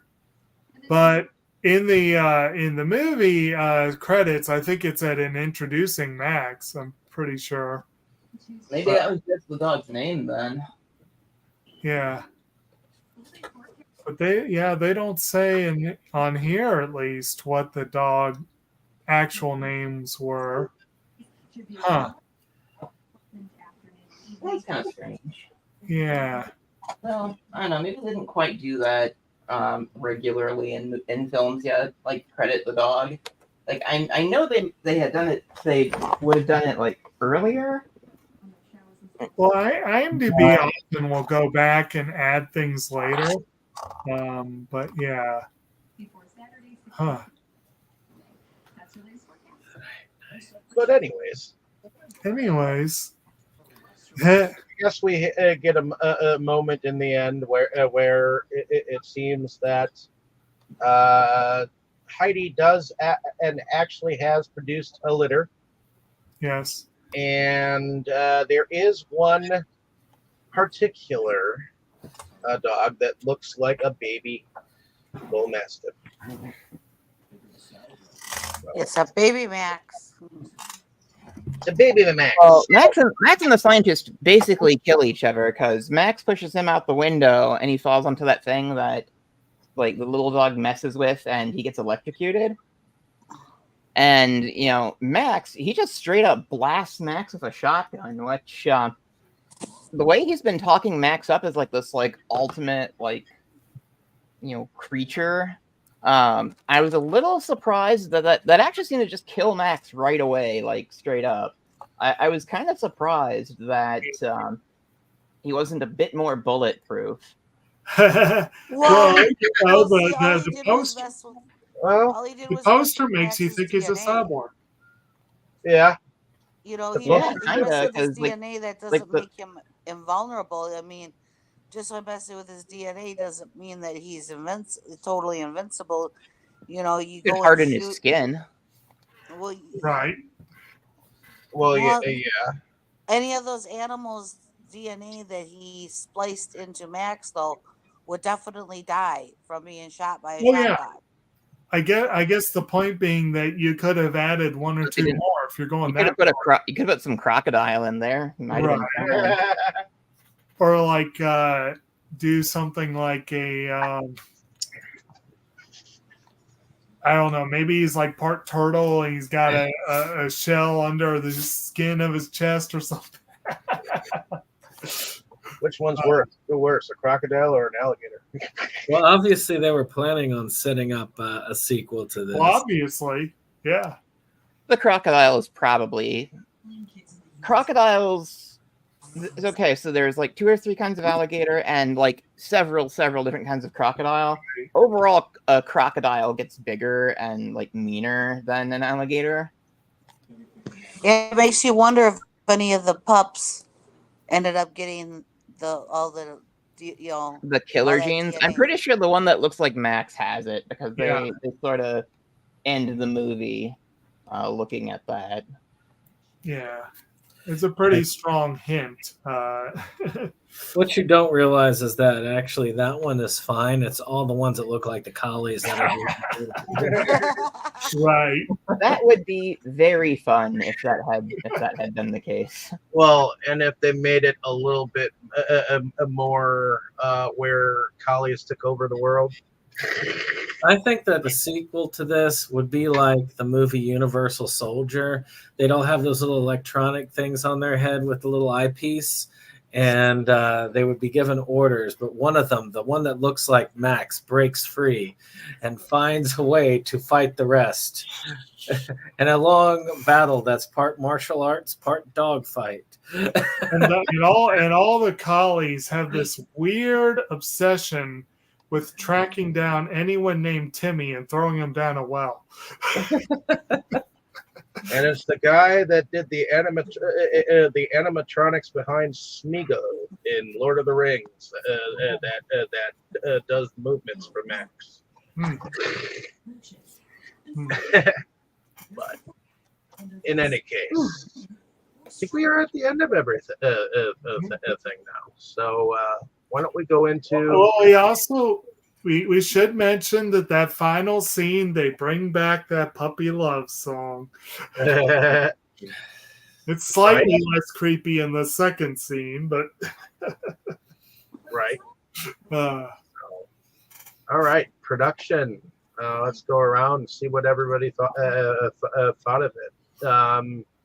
Let's go with you, Brandon. What did you think about production?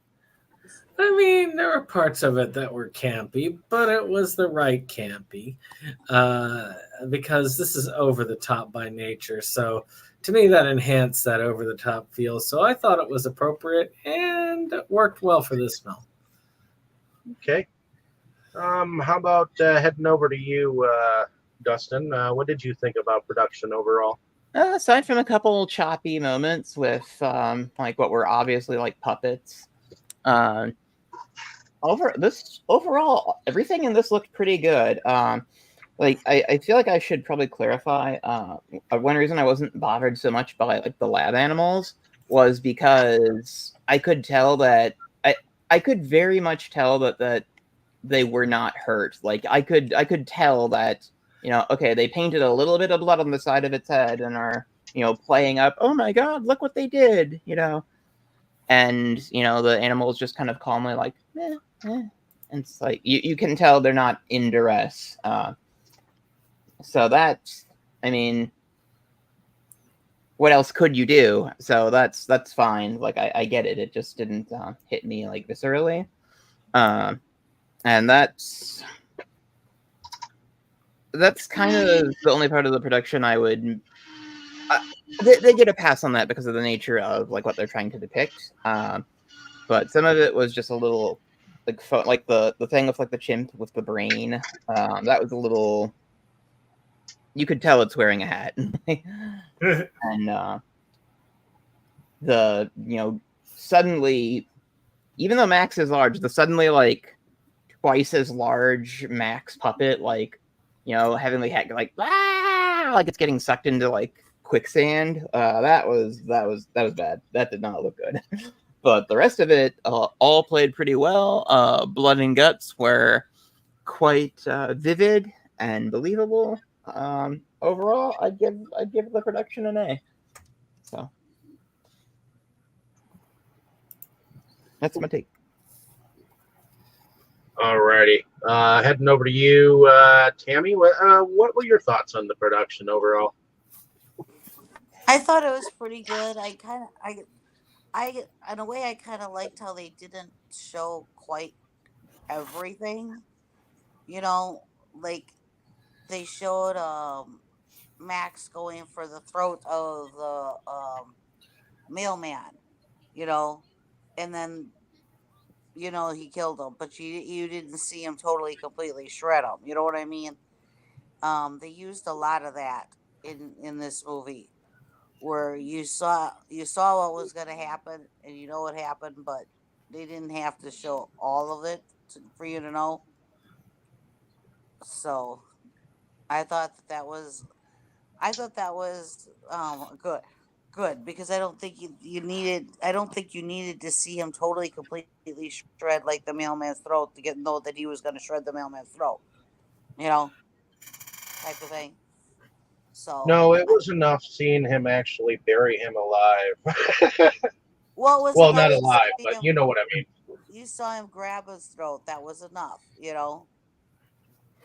Right. So, Well, you saw him grab his throat, and like a big spray of blood came out, so it's pretty definitive. Right. And but, I don't think anyone mentioned the exact fate of our two intrepid cops, did they? Because one of them was murdered in his car while they were watching the house. The other one found the mailman, and then Max found him.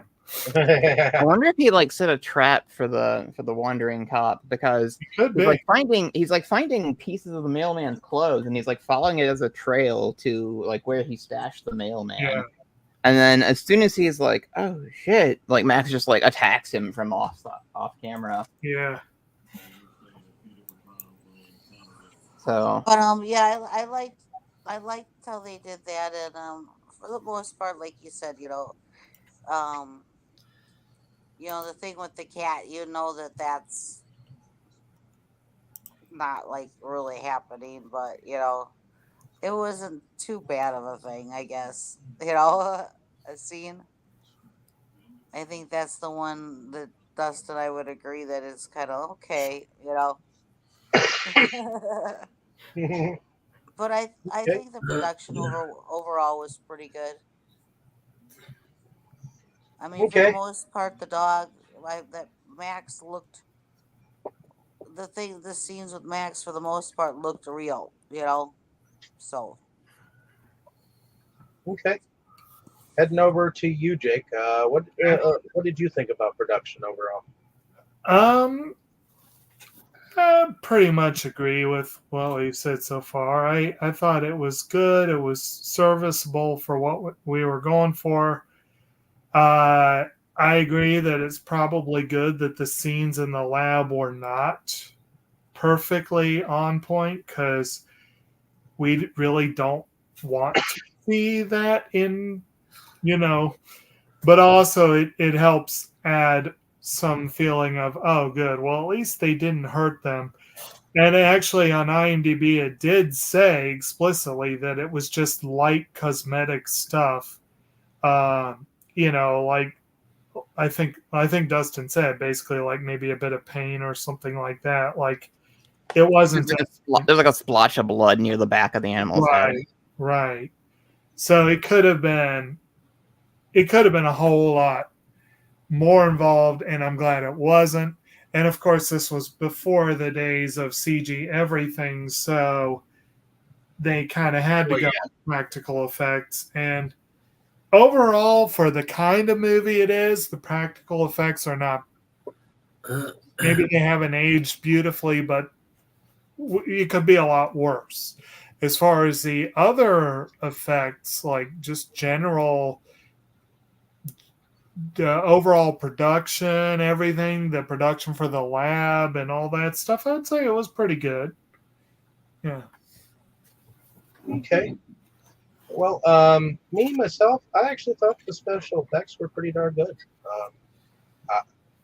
I know you guys say the dog when he's eating the cat that it looks more like a puppet. Me, I actually when I've only seen the movie twice, I actually it was actually believable for me, even though I know it was wild. It was. Also, Well, I wonder if that was supposed to be from the rattlesnake too, like it maybe being able to unhinge his jaw or something. Like, I'm wondering if that's something they were going for. quite possible. Well, with snakes too, it's not unhinging; it's stretching more Yeah. so. True. So a lot of times, I actually got to talk to. I have a friend who's the screenwriter for a lot of the Saw movies, actually, on Twitter, and he had some biology questions, and he was like, "Hey, does anybody know this?" And he actually gave me a call, and we talked for a few minutes about some biology stuff. Turns out a lot of screenwriters do not know about Google Scholar, so I turned him on to that. And that's why there are so many like biology like mistakes and snaps in so many movies, because it's just almost like this like folk knowledge of, it's like, oh yeah, this works like this, and it's like, well, no, it doesn't. Right. Right. But yeah, I enjoyed the practical effects and the different. I think the only thing that happened that was CGI was when they made the dog into a chameleon and made him disappear. Which, Right. honestly, I think that was the only thing that they reached out for CGI for and whatnot. And I know that the technology that Dr. Jarrett was using, Lance Henriksen's character, that definitely looked like early 90s like computer technology, but it did actually look like it was at the time somewhat futuristic, you know. So I do, and I do give credit that there is actually blood on screen. I hate it when there's supposed to be blood and there isn't, and because to me, if there isn't any blood, then it's not very real, you know. So oftentimes you'll get that when you have a modern day movie and there's not much blood, and you're like, okay. But in any case, I enjoyed the production overall, and definitely will remember certain scenes. But let's go into music. Did anyone hear the music to even? I liked the score on this. I thought it had a really nice like orchestral soundtrack. I tried to find it actually, and I don't always do that right away for movies, but I tried to see if I could find the soundtrack for this right away, and unfortunately I could not. Maybe the movie has like an alternate title or something that it was released under, if it was released at all. But the music was pretty good in this, and some of the songs, again, like I know we referenced the puppy love thing a few times. Some of the songs were so like perfectly fucked up to like mess with you during some scenes. Yeah. It was like, wow, this is kind of cruel. Jesus. I guess Joel Goldsmith was one of the. And Alex Wilkinson, those two. Yeah, Alex Wilkinson. And Joel, he's behind Stargate Atlantis and Stargate Universe, and most of the Stargate stuff as being composer of. So I'm glad that he had that. Oh, and he did the composing music behind the Witchblade live action series. Mm-hmm. And I guess there was a Witchblade movie that he composed behind. Alex Wilkinson is well known for SpongeBob SquarePants Battle for Bikini Bottom. Oh, back in the back in the 90s, Joel Goldsmith did the music behind Call the Conqueror and the movie Shiloh and independent movie Vampirella. So just looking backwards. Oh, Maniac Cop 3. So, little known fact, I used to really love Shiloh, and I actually had a little beagle for a pretty long time. We had a couple beagles. I was not impressed. I wish we'd treated her better. She was like a really active, like jumpy dog, and we had kind of a high fence, and she always found ways to like get out. So we had to get her a kennel, and that kennel was really, really hard to keep clean. Well, I guess he's got a full moon. I guess he started out on full moon's laser blast, which I have to admit, on the music, the one thing that makes, because I generally am of the opinion that if you're going to have any kind of a rape scene in a movie, and this includes between dogs, you got to earn it. And because that's not something you just throw in for fun, contrary to what some people would say. So the fact that they used a Paul Anka song for the soundtrack for that scene almost earns it, because it's just so messed up.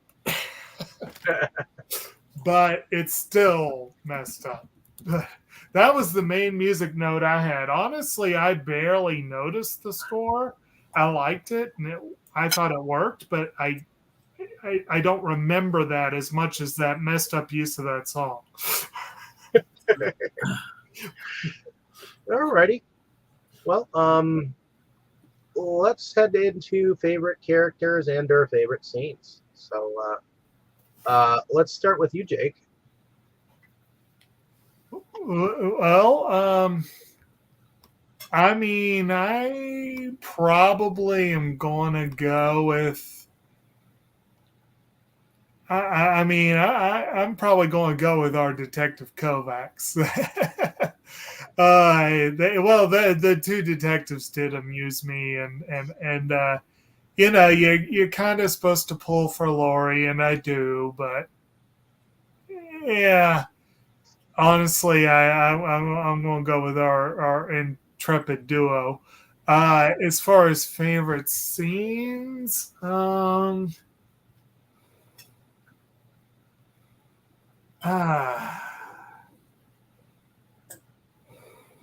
that's a little harder to say, but maybe the scene where the junkyard dude gets what's coming to him. I mean, maybe, but Okay. I'm not sure that I have a clear favorite. Okay. Yeah. Heading over to you, Dustin. Favorite characters and or favorite scenes. Well, I kind of like the dog because Max has quite a lot of personality, and it's kind of like just like That's true. watching like a lit fuse when like the dog's on screen.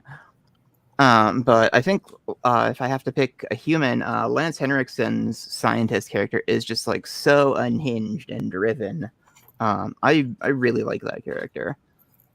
So, and I don't know what it is, but like something about like the jean like jacket thing, like I don't know, like he looks like a character, you know? Like it's kind of hard to put into words. I don't know. Like he looks cool on the poster. I guess I'm gonna just summarize it as that. It's like because later I'm gonna be remembering this like crazed like scientist character,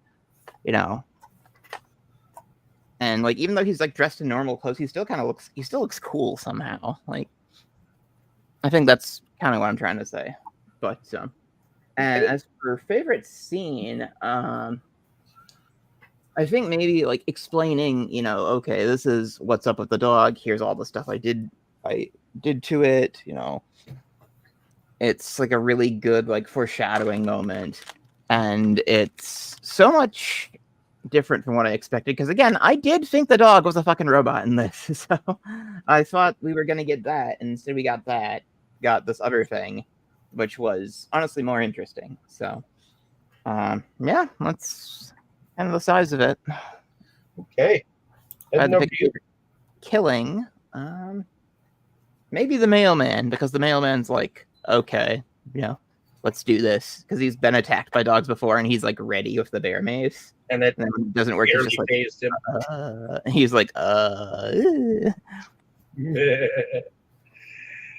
Alrighty, heading over to you, Brandon. Favorite characters and or favorite scenes? Well, I agree with Jacob. I think the detectives are probably in my favorite wheelhouse.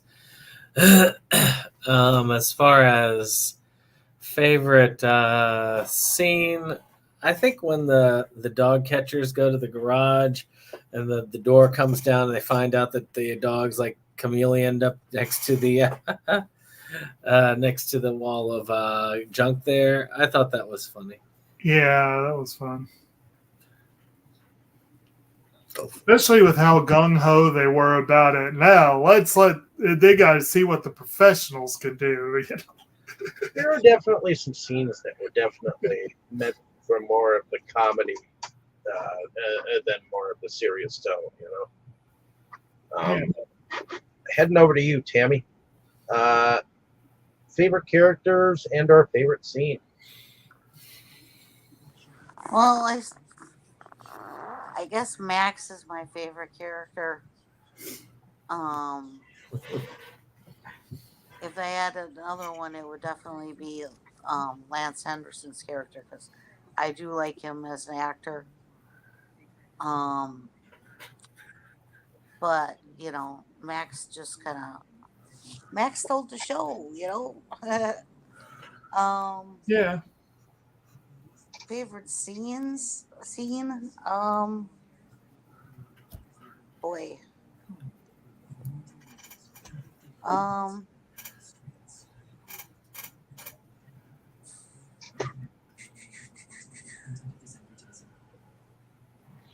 I think I kind of liked it when the chase was on, and they're in the cars trying to chase Max down, and they can't catch him in the cars, and then he makes all the cars wreck. And then we see the scene with the two dog catchers. So like that whole little thing, and then Max doesn't kill the dog catchers, but he sure scares the shit out of them. Okay. Is that pretty much it then? Yeah. Okay. I'm gonna have to say I actually liked the part where the cat got eaten. I know it didn't deserve it or anything like that, but I will always remember that. As far as favorite scenes go, I would have to say I would have to agree with you, Dustin, on the mailman. And that was pretty damn good as far as that goes. As far as favorite characters, I'm gonna have to go with Max. I did like the dog. I like I mean, my grandma used to have a Rottweiler called Macho, and he was used to back up and plant his butt right on your knee, but he had that stubby, thick tail, and it didn't look like that bushy tail that Max had, but this dog had good coloring, and I thought it had an interesting personality. So, at the end of everything, I did enjoy the movie. Did anyone else have anything else to add? Alrighty. Well, thank you. I just wanted to say that if you were like me and people were like, "This movie sucks," you heard people say stuff like, "This movie sucks," maybe give it a try anyway, because I was sort of in that camp when I came here, and I ended up really liking it. Some of the crazier stuff notwithstanding, in fact, I think that makes it much more memorable, because some of that stuff you're not going to forget, unfortunately. But well, yeah. So yeah, definitely check this movie out if you're on the fence or you have doubts. well, give it a go. So that's what I Definitely. wanted to say.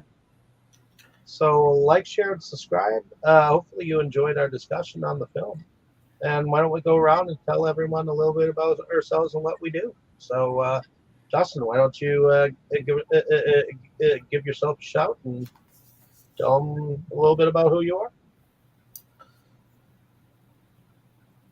Well, I'm the Crypt of Horrors here on YouTube, where I have a YouTube channel. I show off the horror stuff I find around town. Well, Milwaukee has been kind of bad lately for collecting stuff, but I do have quite a few things from when I couldn't shoot videos over the last year, kind of ready to go for some new videos. I even managed to finally shoot an unboxing for Shop Factory's like giant Chucky kit with Child's Play 4 through 7 in it. Unfortunately, I did it in a way I hadn't tested before. Like, I had to clip the camera like to my shirt so that it was like facing down, and it was kind of pointing in the right direction most of the time. But I am starting to shoot new content, and hopefully that can be uploaded as soon as I can like mess with it, like stabilize it and whatnot. So subscribe to the Crypt of Horrors here on YouTube, and you'll be getting some new stuff pretty soon. I can finally say at long last that, this time soon actually means soon. It's not, stopped by some disaster, which could still happen. And I am also on Twitter all the time as @DurCryptAccess. You can talk to me about movies there, or just kind of whatever. Donate to my, ability to do this fund if you so wish. That would be so greatly appreciated. I also have an Instagram for some of my horror stuff. It's been a bit more life focused lately, but I'm planning to get the collection cataloging back up and running. And that's also the Crypt of Horrors on Instagram. So just go find me and follow me on all the different places. And with that, I'm going to say, like, share, subscribe, and good night, because I got to get going. So.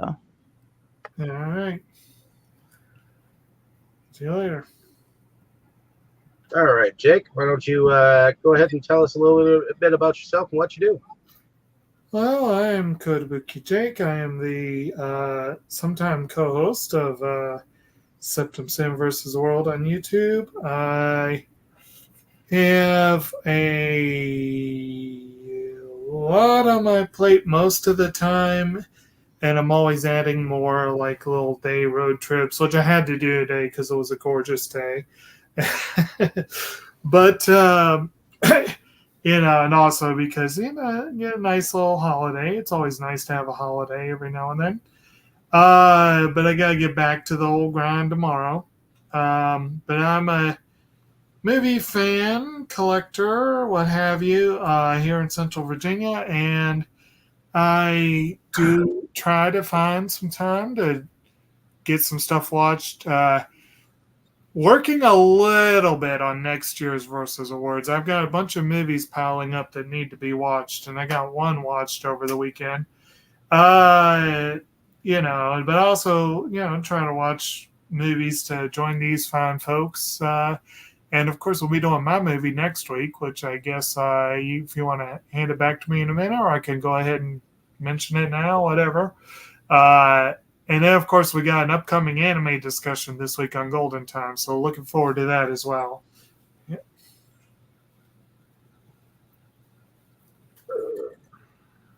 All righty. Heading over to you, Tammy. Why don't you tell us a little bit about yourself and what you do? Well, I go on this channel and another one with David and talk about movies with others and get their opinions and check out movies that some of them that I probably never would have seen otherwise. And I do have my own collection, and well, the time is winding down, but still going to the car shows until the end of the season. All righty. Is that pretty much it then? Yep. All righty. Heading over to you, Brandon. Why don't you tell us a little bit about yourself and what you do? So let's see. Well, SeptumSin, a SeptumSin versus the world. We like physical media. Not much going on this month because we're in the lead up. Matter of fact, starting next week, Jake and I are going to be spending most of the time that I was spending on trying to do pickup videos and working on Tales of the Forgotten on basically Versus Award stuff. So we can go live being a term where we'll play the show, we'll premiere the show, and then be in the conversation on Wednesday the 30th. Is it Wednesday? No, Monday the 30th. Well, I guess we won't be going super live on it. I'm going to have to start it sometime else, so it's going to be going on around the same time we're doing this discussion, the Versus Awards this year. But you'll be able to watch it in reruns as it goes if you watch this instead. But yes, definitely mark that on your calendars. That's going to be coming up. I might actually try to get that one set for earlier in the day, so it'll be there. So probably around 6-ish or 7-ish, depending on how long it runs. But look forward to that upcoming. And the other thing is I want to have a shoot with me and Jake on green screen to try and do a cover for the upcoming tabletop horror. That's disappeared for a while ever since we completed it. But I want to get the Blu-ray release, and because I plan on not doing a lot of content from my channel in October, I want that then to be replaced by the fact that tabletop horror will be premiering. As far as the YouTube premiere, it should premiere in October. Okay. Is that pretty much it then? Yep. Alrighty. Going over to you, Jake, to let them know about next week's movie. All right. So, in keeping with our theme of animals in horror, we will be discussing a movie with the classic Chris Farley, David Spade film Black Sheep. No, the other Black Sheep. We'll have to hit that one of these days. But the other Black Sheep, the one about genetic research, seems to be a theme here, in New Zealand, of all places. And those crazy Kiwis get up to some weird things with their sheep, and we'll be giving that a look next week. It should be a lot of fun. Oh yeah. And my name is David Strege. I'm one of the founding fathers of Inside Movies Galore. Sure, we've had a lot of fun getting back into to another theme. So definitely let us know down in the comments what you thought of our feature discussion. But I do moonlight under a different channel called Delusions of Grandeur, where I do go on Sundays to do a similar discussion thing. So, Tammy, did you want to state what movie we are going to be watching, since it's your choice?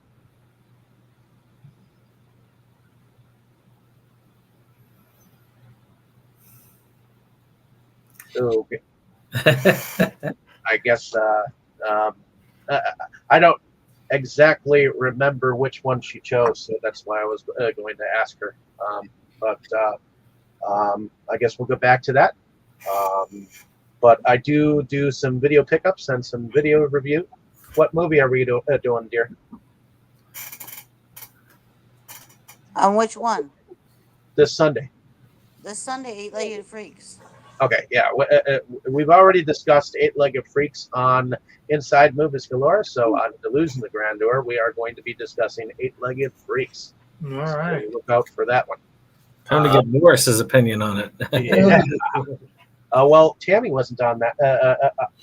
Not sure if she was on. Maybe she was. Not sure. I'll have to look backwards.